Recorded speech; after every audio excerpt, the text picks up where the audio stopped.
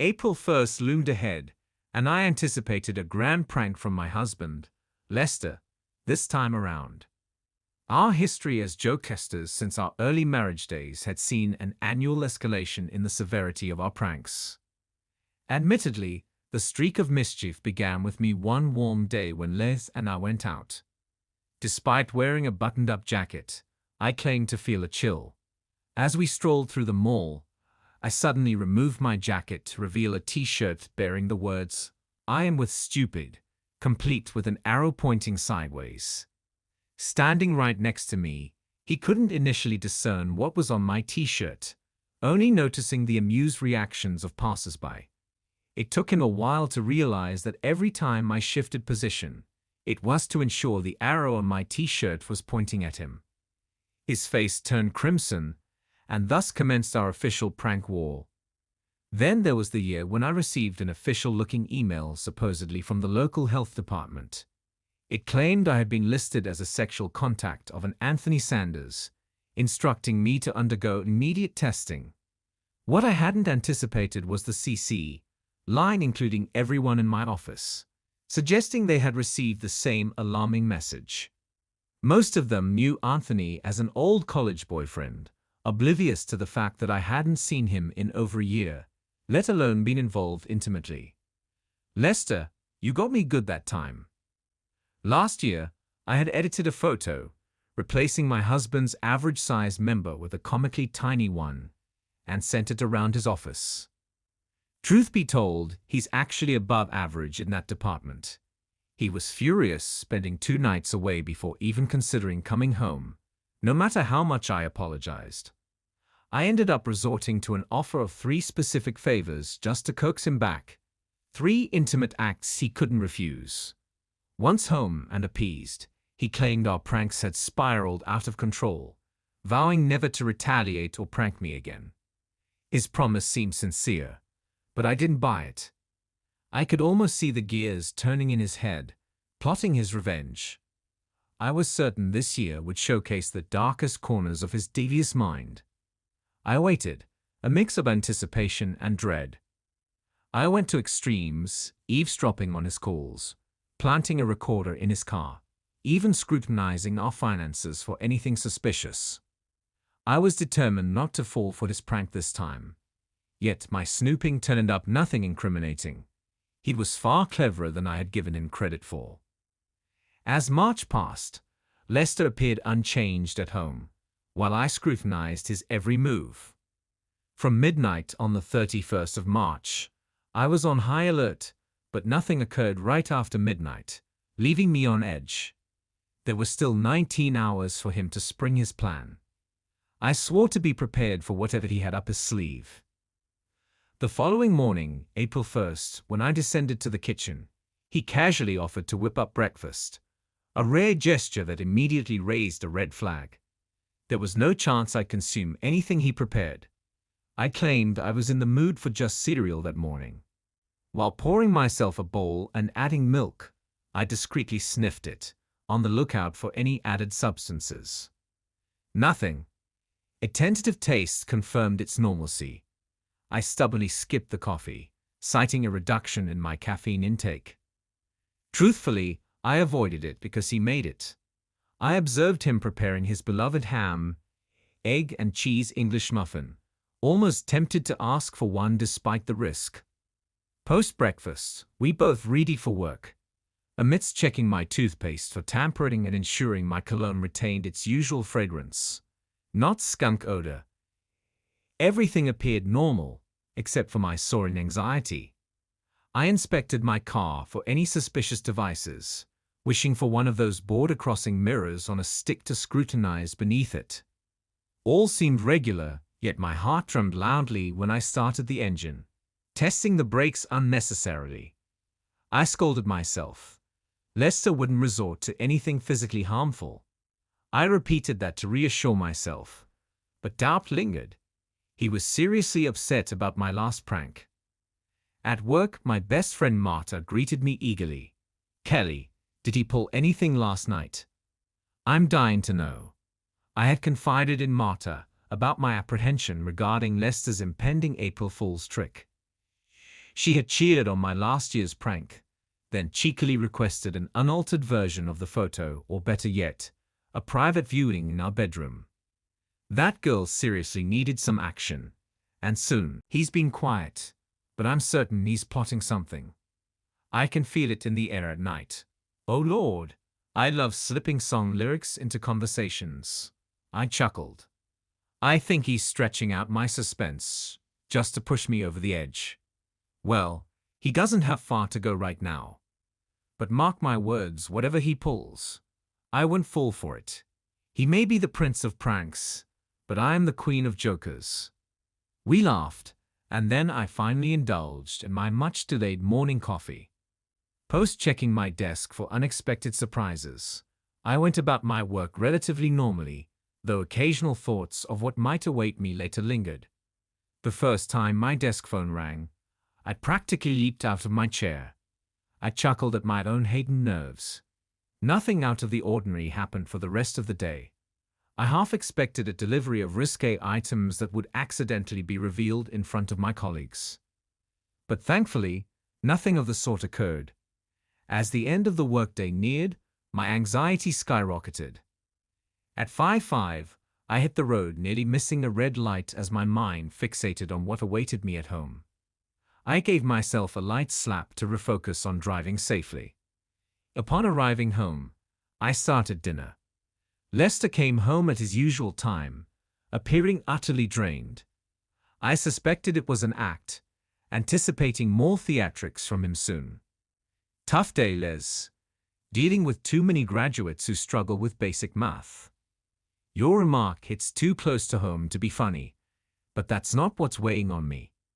I suppose it's pretty obvious I'm not my usual cheerful self. Honestly, the day wasn't exactly rough, just exasperating.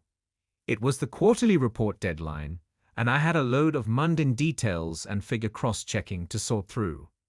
Usually, I'm done before lunch, but today I struggled to reconcile two totals that were supposed to match. It took nearly 4 extra hours to find my foolish mistake. I even missed lunch and almost called to say I'd be late for dinner. Luckily, I caught the error and wrapped up the report before clocking out. Consequently, I'm absolutely famished. I hope dinner's on its way. 20 minutes, tops. Why not fix yourself a drink while I finish up? Great idea. I like your thinking. Lester leaned in, planting a kiss on my cheek before heading to the cupboard where we stored the liquor. He grabbed the bourbon and mixed himself a drink before settling in the living room, tuning in to reruns of Swamp People. It was comical to think he'd ever venture into a place teeming with mosquitoes, alligators, and snakes. I suspected he had a soft spot for people with Cajun accents.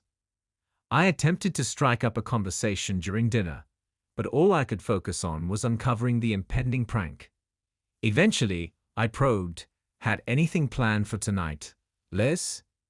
"Nothing, zero, absolutely nada." After that debacle with the quarterly report, I didn't even consider bringing work home. I just want to unwind with my favorite girl by my side. "Since she's not here, you'll have to do," he teased, and I nudged him playfully. I thought we could watch a movie and snack on some popcorn. Interested? Absolutely. After we ate and I filled the dishwasher with dinner dishes, I put popcorn in the microwave and brought it in a big bowl into the living room when it was done. I brought our usual drinking to relax drinks for both of us. "What do you want to watch, Les?" "You know I like sex and violence movies, but tonight I don't care. I'll let you choose tonight." "How about Roadhouse? That has some romance besides nudity and violence. Not to mention Patrick Swayze's body." He chuckled. "Sounds good to me. I haven't seen that in a while. I love the part when the stuffed polar bear falls on the stoog." "Was it a polar bear or a regular bear?" "I thought it was a polar bear, but we can see." We were watching the movie and eating popcorn. I had a couple of rum and cokes to Lester's bourbons and owl. I was finally beginning to relax and let down my guard. Suddenly, the doorbell rang, and my internal alarm went off. This is it. I told myself immediately. No one comes to our house unannounced after dark. I immediately put my mind on DEFCON 1 alert status and was ready to spoil whatever dirty trick he had devised. Lester, of course, strenuously denied knowing who it might be. Yeah, right. I went to door and opened it up. I was surprised to see there was a guy, not just an average man, but a huge biker guy at the door. 2 others were on their bikes in the driveway. I shook my head in disbelief. I thought that Lester. This is going to be good. I greeted the scared, tattooed biker with a I know what's going on kind of smile. I'm sorry to disturb you, ma'am. Is this where the party is? My mind raced. Sure is now that you're here. Come on in, big boy. I slung my arm around his waist, leading him to the center of the living room. His firm abs matched the bulging biceps on his tattooed arms. As he entered, my husband, seeing me draped around this stranger, leaped off the couch. He came halfway toward us, bewildered. Caddy, who the hell is this? As if you didn't know, he's here to fulfill my fantasy. What fantasy? Being involved with a biker gang. I didn't even know that was your fantasy. I thought, wait, I get it now. This is your April Fool's joke. Funny, you had me going there for a second. I thought we agreed we were done with those. What were you planning? To take into our bedroom and pretend while I wait in agony. Okay, pal, my wife's prank is over. You can leave. My name ain't Paul, jerk. I'm the bandit, and I'm saying unless the lady tells me otherwise. Well, I want you to stay, bandit. I turned, planting an exaggerated kiss on him. Lester rushed over. That's enough. He approached Bandit, who grabbed Lester by the throat, making him stumble and choke. I chuckled as Bandit pulled me close, caressing my backside while kissing me. I reciprocated, feeling his arousal through his pants. It was already quite the scene. Lester charged again, and this time, Bandit hit him with a single punch, knocking him down. Turning to me, Bandit asked, "Want me to handle him, or should he stick around and watch?" "Let him watch. It'll teach him not to mess with me." "Okay, let me inform the others," Bandit said, stepping outside to call the other 2 inside. One of the men scanned the room. "What's happening here? This doesn't look like a party. This lady wants to be involved with bikers before we head to the actual party. Well, at least she's got some nice assets. I'll take her rear first. What's with the guy on the floor? He's her wimpy husband. She wants him to watch.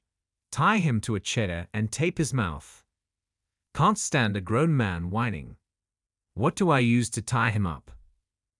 "There's rope and duct tape in the garage," I offered, and one of them fetched it. Lester yelled, "Regardless of this being a joke or not, Kelly, this ends our marriage." "Man up, Lester. I know you set this up. Now you're upset because I'm not playing along as you wanted. Don't try to divorce me for something you initiated. I'm just having a bit of fun at your expense." Lester lunged one more time, only to be subdued by the bikers, convincingly pinned in the chair. Their coordination surprised me. I wondered if they had rehearsed it. "Time to get this party going. Got any booze?" one of the men asked. The liquor cabinet above and to the right of the stove. A couple of beers in the fridge. "Help yourselves," I directed. They retrieved bottles without bothering for mixers. Bandit turned to me. "How do you want to start?" "How far did he say to go?" I asked. Bandit looked puzzled. He said I could go all the way however I wanted. In a rephrased version, he did it right. If we're going through with this, I could use some help setting the mood. "Got anything stronger than liquor?" "Absolutely. I always carry something." He fetched something intriguing from his bike. A sip later, I found myself swapping kisses with all 3 of them, smirking at Lester, who seemed to struggle to break free.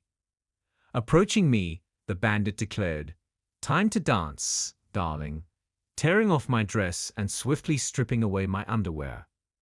Soon, he was bare, as were his companions. Panic started to grip me.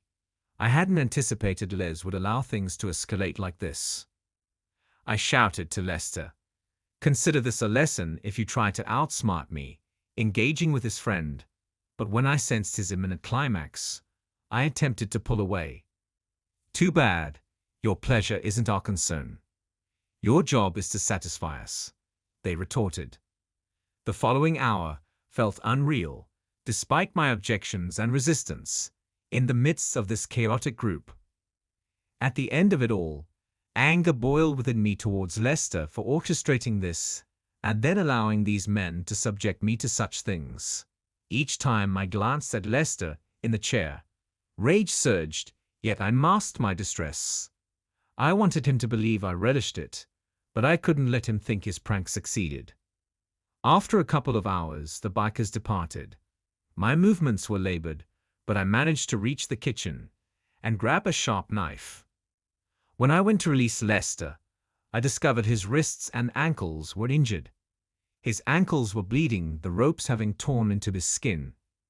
That seemed to have helped him. Certainly. I anticipated his explosion, maybe even a physical outburst, once the ropes and duct tape were finally off. Standing there, I glared at him, ready for his expected fury. But instead of a verbal or physical reaction, he looked at me with silent rage, shoved me aside, and ascended the stairs. I retreated to the downstairs bathroom to cleanse the remnants of the bikers from my skin, noticing numerous hickeys scattered across various parts of my body. I remained in the bathroom when the front door slammed shut. Moments later, the screech of Lester's car signaled his departure. I assumed he'd sulk in a motel, a pattern he'd shown before. I silently celebrated my victory in the annual April Fool's prank and retired to bed. Saturday morning arrived, and my phone buzzed incessantly. It was Marta. "Spill it. What did he do? How bad was it? You won't believe it. I can't wait to tell you. Can we do lunch at Fridays?" "Absolutely. Don't you dare tease me." Soon we were seated at TGIF, indulging in our meal. I recounted the actual biker encounter that was supposed to be a sham, along with Lester's furious reaction. "Oh my goodness, you were involved in that. Your own husband set you up for that. And you were willing." She switched to a terrible southern accent. "I declare, I'm getting the vapors." She pretended to swoon, and I chuckled. That jerk Lester tried to dupe me into thinking I'd face a biker foursome before shouting April Fools. So, I'd outplayed his prank by turning it into a real event. I didn't actually plan to go that far, but in a strange way, it worked. I doubt he'll ever try something like that again. "Kelly, are you positive he set it up? It's hard to believe Lester orchestrated something so extreme. If not, you might be looking at a messy divorce." "Oh gosh, just occurred to me. Do you happen to have a video of it? If you do, get rid of it. Well, after making a copy for me, that is." Marta's last remark was dismissed by me, but her earlier words sparked a troubling thought. What if it wasn't a setup after all? The idea of a potential divorce weighed heavily on me, a possibility too dire to consider. It felt like I might have shattered my marriage. Swiftly, I pushed the thought away. It had to be a setup. That's what I'm sticking to, I reassured myself, trying to believe it. Then something struck me. "Tell me, when was the last time a biker showed up at your door looking for a party?" "I wish. You're probably right. I hope you are. Any idea where Lester might be?" "Likely sulking in some motel, furious that I outplayed his prank." Just then, my phone buzzed. "Hold on, Marta, it might be him." Disappointment washed over me as I realized it wasn't Lester, but an unfamiliar number. "Hello?" A voice I didn't recognize asked, "Is this Kelly Lynch?" I inwardly groaned, thinking it was a telemarketer. "I'm not interested in whatever you're selling. And my car's warranty is fine, despite what your records say. Please don't hang up, Mrs. Lynch. This is the police. Sure it is. This is just another part of my husband's failed prank. Tell him it didn't work. Ma'am, I assure you, this is the police. We checked your house and found you weren't there. We need to discuss some injuries your husband sustained. The ER doctor informed us. We've already spoken to your husband. Can you come to the police station now? Ask for Detective Fredericks. I'm done playing this stupid game. I'll be home in an hour or whenever I damn well please. If you're a detective and want to talk, come by later. I ended the call. The police called you. Kelly, this is getting serious. Shouldn't you go see him? That's what the guy on the phone claimed. But I'm not sure who he really is. For all I know, he's another one of Lester's ploys. He's taking this joke too far. I don't want to dwell on it. Let's get some dessert. I'm craving chocolate. I arrived home post-lunch to find Lester absent, which wasn't unexpected. Just as I'd started to remove my jacket and hang it up, the doorbell interrupted. Letting out a heavy sigh, I made my way to the door. A female police officer and a man who seemed to be a detective stood there, flashing badges and requesting entry. The shock hit me. It was real, entirely unlike what I had anticipated. Doubts crept in. Perhaps they weren't really law enforcement. I'd asked to see their identification. They presented badges, ID cards, driver's licenses, and business cards. Everything checked out. Apologizing for my initial skepticism, I welcomed them in. That's when I remembered I hadn't tidied up from the previous night. Oh no! The living room remained untouched since I'd gone to bed, showcasing empty beer and liquor bottles, stains on the couch and rug, and, of course, the chair. The detective made a beeline for the chair where Lester had been bound. He observed the cut ropes, used duct tape and bloodstains. I hadn't realized there was so much blood. Is this where your husband was tied up? Yes, but it's a bit more complicated. Complicated? Are you implying he tied himself up, gagged himself, and injured his wrists and ankles just to fabricate a story of abuse? No, it was an ill-conceived April Fool's joke. My husband orchestrated a prank to make me think a biker gang would attack me. I turned the tables, making him believe I wanted something that made him uncomfortable. He got angry, stormed off when I freed him. So, who initially tied him up? A biker named Bandit and a couple of others. That coincides with your husband's account. We've already spoken to this bandit.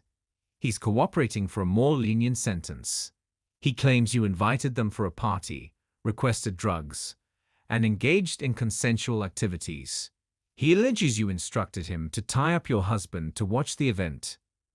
He thought it was your shared interest. According to him, you didn't resist. I need to know if this is true or if we should pursue abuse charges against him as well. I tried to stop it, but I couldn't. I was trying to teach my husband a lesson. He created this mess, and I just went along with it. Can't you understand? Tears interrupted my words, and I paused before continuing. You mentioned Lester was at the ER. How is he? Is he still there? He's more angry than anything else. His wrists and ankles are bandaged and sore, as expected. He was discharged after a couple of hours, but came to the station to press charges. The doctor says he should recover physically. Well, I'm relieved he's not seriously hurt. But it really was his fault. I just didn't want to be made a fool of. I'd say you handled that pretty effectively. But ma'am, I'm not the judge of fault here. Judges and juries determine that, as you'll soon see. Mrs. Lynch, I'm arresting you for assault and wrongful confinement of your husband. And regarding your health, you need to get checked for STDs. One of the bikers you were with has a severe and persistent STD. You have the right to an attorney. Please, it was meant to be a prank on me. I retaliated. You can't arrest me for that. It was his fault. Tell that to the judge. I ended up in jail. Attempting to post bail, I discovered my cards had been cancelled. Despite my humiliation, I called my father, concocting a story until he mentioned Lester had already contacted him. My father, close to Lester, berated me for minutes while I sobbed. Eventually, he agreed to bail me out and take me home. Arriving home, I texted Lester, pleading for a discussion to clarify things. His reply was cold. Everything is clear to me. My response is coming soon. I hope for a face-to-face or at least a call.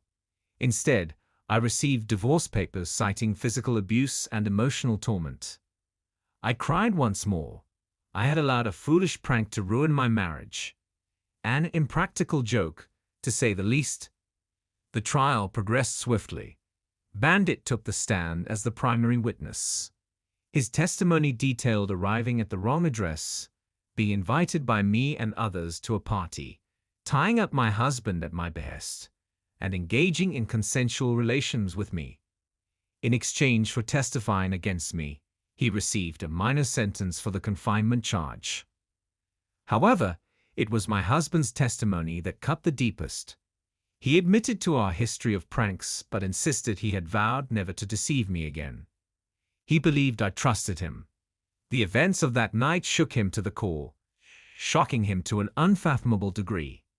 Under oath, Lester denied any prior contact with Bandit, any consent to a pretend or real foursome involving his wife, and declared that his love and respect for me vanished that night. Displaying the scars on his wrists and ankles, he mentioned they were a lasting reminder of why he could never trust me again.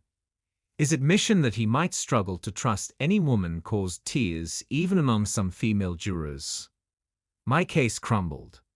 When it was my turn to testify, tearfully narrating my version, I sensed the jury's disapproval, especially from the female members I had hoped to sway. Guilt weighed on me, evident to all. Unsurprisingly, the verdict was guilty. I received a 3 to 5 year sentence, a leniency that could have been harsher. Back in county jail, I awaited transfer to prison when space became available. The final divorce papers arrived during my incarceration, but I barely acknowledged the settlement. One day, Lester visited. I was puzzled by his presence. "Kelly orange suits you," he remarked sarcastically. I guess I deserve the sarcasm. "Lester, I want you to know I truly regret what I did to you. Even if you didn't orchestrate it, I should never have done that." "Too little, too late, huh, Lester? You're still convinced I set you up? I need a seriously twisted motive for that. Maybe aiming for a divorce with the best terms, a slicker than 50-50 split. I'd have to be cunning, squirreling away cash over months so you wouldn't notice in our accounts. Enough to bribe bikers, deceive cops, and take a minor sentence. But I need ties to a gang, like, say, someone at work whose brother needed my thumbs up for a promotion. Then I foolishly hinted the bikers could go as far as you'd let them, giving you a chance for payback. I was stunned when you took it to that level. Seeing you enjoy it crushed me. After that, any guilt I had vanished. I spent days torn between wanting to end both of us, but I opted to put you behind bars. I knew it. I was right. Yep, you were. We're both fools in this mess, but you're the one behind bars, not me. So tell me, who's the bigger fool?